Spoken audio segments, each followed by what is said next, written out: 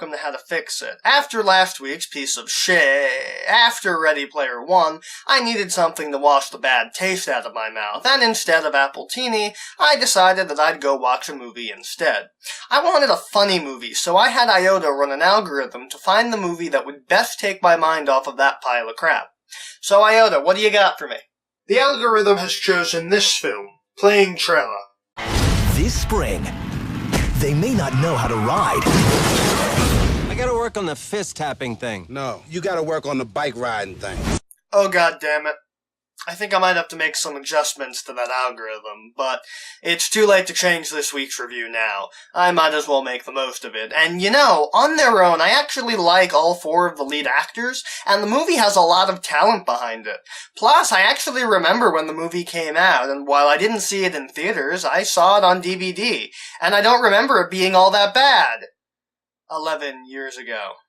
I mean, the Rotten Tomatoes score is bad, and it's in the bottom 10 of all the principal actors' pages, and the movies that do beat it are among the worst that those actors have ever been in. I can't just have 1 week, can I? Just 1 week where I can talk about something decent. Next week we're doing something good, but as for this week, let's see if this movie is as bad as its reputation precedes, and if it's impossible to improve upon it. This is Wild Hogs. Born to be wild. The film centers around four middle-aged guys from Cincinnati who are generally unsatisfied with where their lives have gone. Doug, played by Tim Allen, is a dentist whose son is generally unimpressed with him. But you know, that's gonna happen when your son has the brain of a dead animator in his head and his hallucinations of that animator's creations running around. Your dentist's dad just isn't all that impressive compared to that. Bobby, played by Martin Lawrence, is a failed writer, forced to be a plumber by his domineering wife, who undermines his authority whenever possible.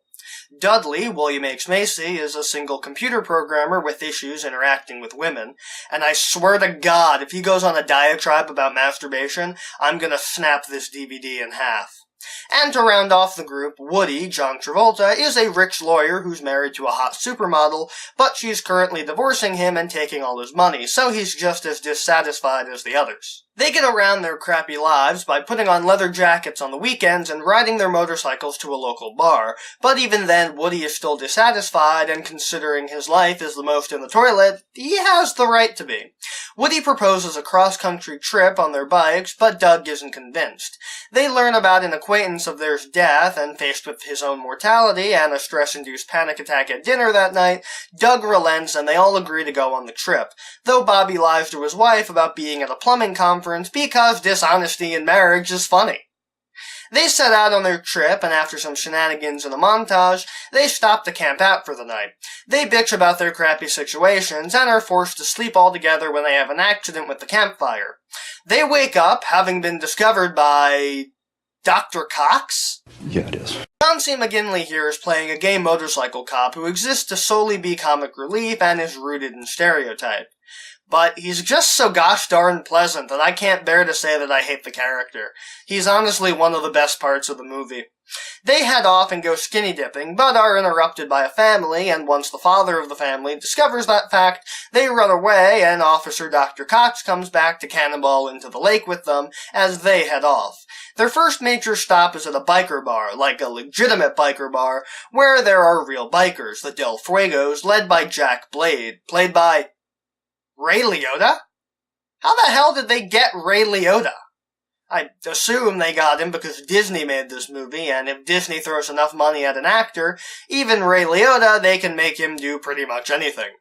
Case in point, Christopher Walken as the bad guy in The Country Bears. This guy is unfucking believable. They think that the Hogs are posers and trick Dudley into trading his bike for a hunk of scrap and refuse to give it back, giving them a sidecar, and the Wild Hogs leave, dejected and determined to go home. Woody refuses to take it, and after they leave, he sneaks back, telling the others that he's going to give them a piece of his mind, but in actuality, he severs all of their fuel lines and rides off on Dudley's bike. As the Hogs pass by, going back to their original destination, the Del Fuegos rush them to give chase, face, but Jack drops his cigarette, and if you know how fire works, you know that cut few lines plus cigarette equals boom, destroying the bar.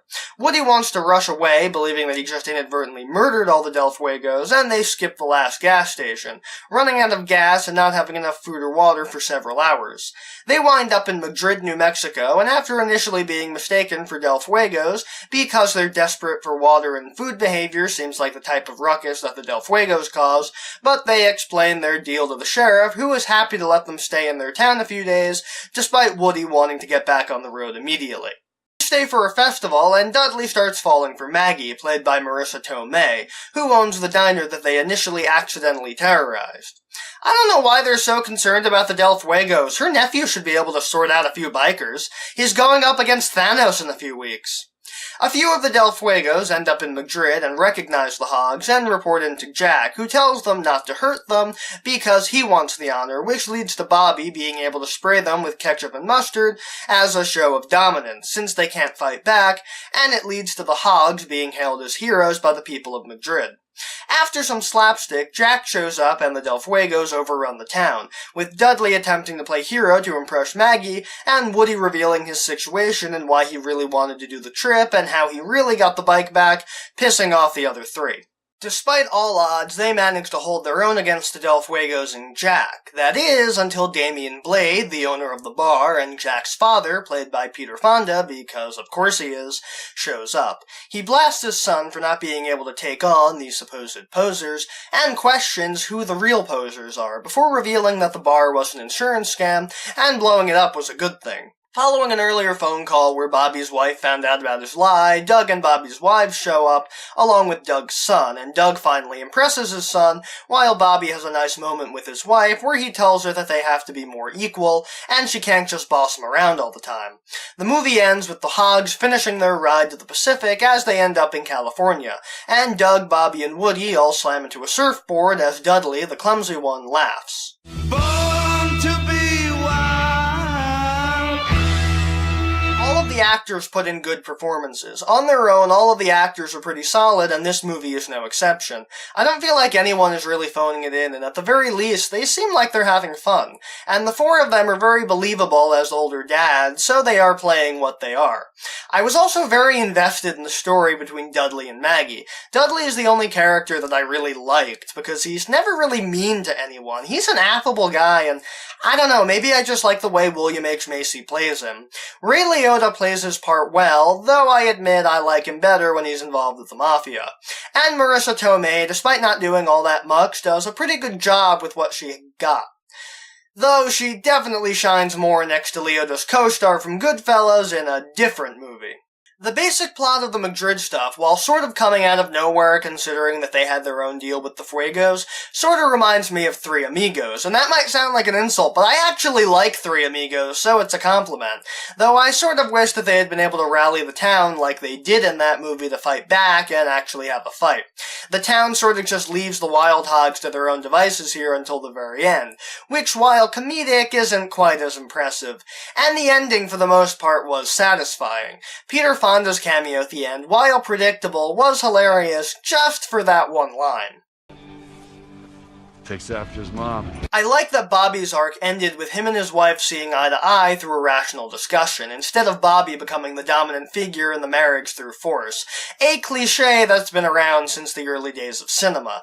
For example, in the film Alla en el Rancho Grande from 1936, where that was the last comedic reveal of the movie, where the henpecked drunk husband fights back against his wife and forces her to be submissive. I say comedic because it was played for laughs, not that I found it funny personally. And I appreciate that this movie didn't fall victim to that. Doug's arc's ending was well done as well. He got to impress his son, and he got to travel, which were the two things that were set up in his initial introductory scenes.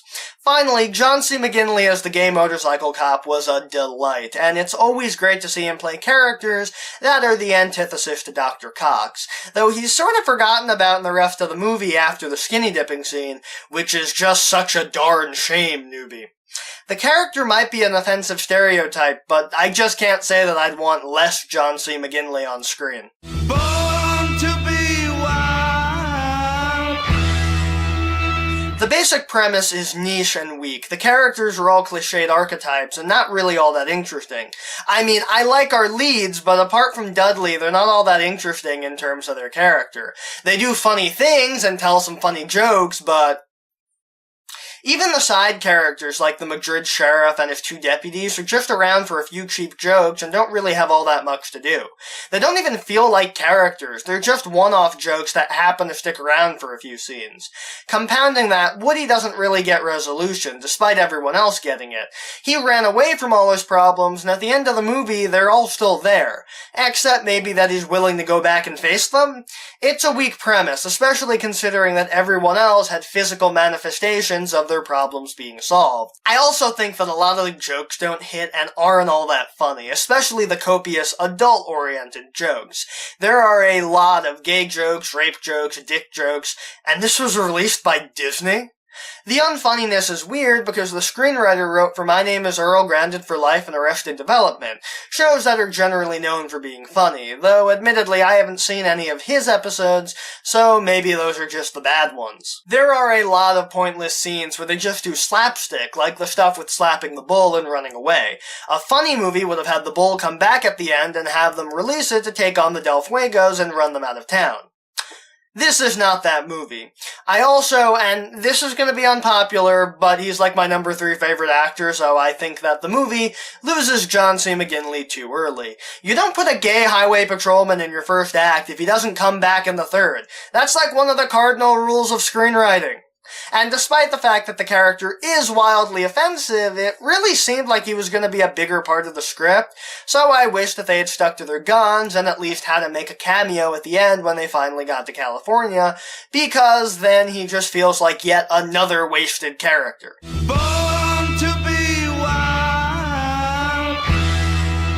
This is going to be a quick fix, because in actuality, the movie isn't all that bad, but I had some material to talk about, so we're going to talk about it. Plus, after last week, I think I deserve something relatively decent. Huh. I guess that algorithm actually does work after all. And the movie actually doesn't need my help. A lot of the problems I have with the movie weren't present in early drafts of the script. Not all the problems are fixed, mind you, and in fact some problems exist in that don't exist in the final version. Mainly the ending to Bobby's arc. The whole cliche thing, that was there in the original, so good on them for fixing it. But there are some actual funny jokes in the original script, and the ending is a little more satisfying, with the sheriff showing up at the end to stand up to the Del Fuegos, and a decent joke at the end where the whole bike swap bit is paid off by Dudley crashing Jack's bike before leaving with his own, with Maggie in tow. And the dialogue is a lot sharper and funnier, with their own personal character bits actually contributing to the fight, where Doug notices that Jack has a very serious cavity, and with Doug actually paying lip service to slapping the bull right before they go out to confront the Del Fuegos. A mix of the original script and the final version is what the movie really needs. I don't know what caused those things to be altered in the final draft, but I think some were changed for the worse. The basic premise, while weak, is enhanced by those character moments in the original script. The sheriff and his deputies are real characters there. I was more invested reading that than I was in the entire movie, save for, again, Dudley and Maggie. And I know that the main focus is more so Woody and Doug than Bobby and Dudley, because Tim Allen and John Travolta, but I think that a bigger focus on Dudley might have been warranted, since he's the most fleshed out character. The draft version doesn't have Peter Fonda showing up at the end, but it has the sheriff standing up to the Del Fuegos and actually fighting them before they submit to both the Wild Hogs and the people of Madrid. To sum everything up, the movie needed a tighter premise, more carrying through on seeded plot points, and more of a focus on the stuff that they did develop. Throw in a good ending to Woody's arc, maybe showing Woody after the movie getting his life back together and making amends with the child that he got into an argument with at the beginning. Something to round about his story the same way that the other three got, and the movie might actually have a better reputation. Because even when a story is weak, the right characters and the right development for them can elevate even the dumbest of stupid comedies into something that's at least slightly good.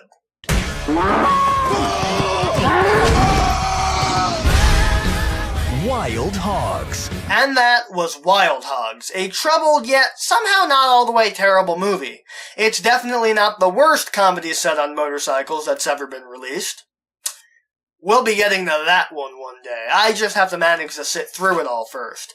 Honestly, if they'd just made a movie about Dudley and Maggie, I probably would have been satisfied, but like I said, it just needed a tighter focus on the characters and less on dumb jokes. It's overall a decent movie, even if its sense of humor is a little bit juvenile, despite the main characters all being in their 40s.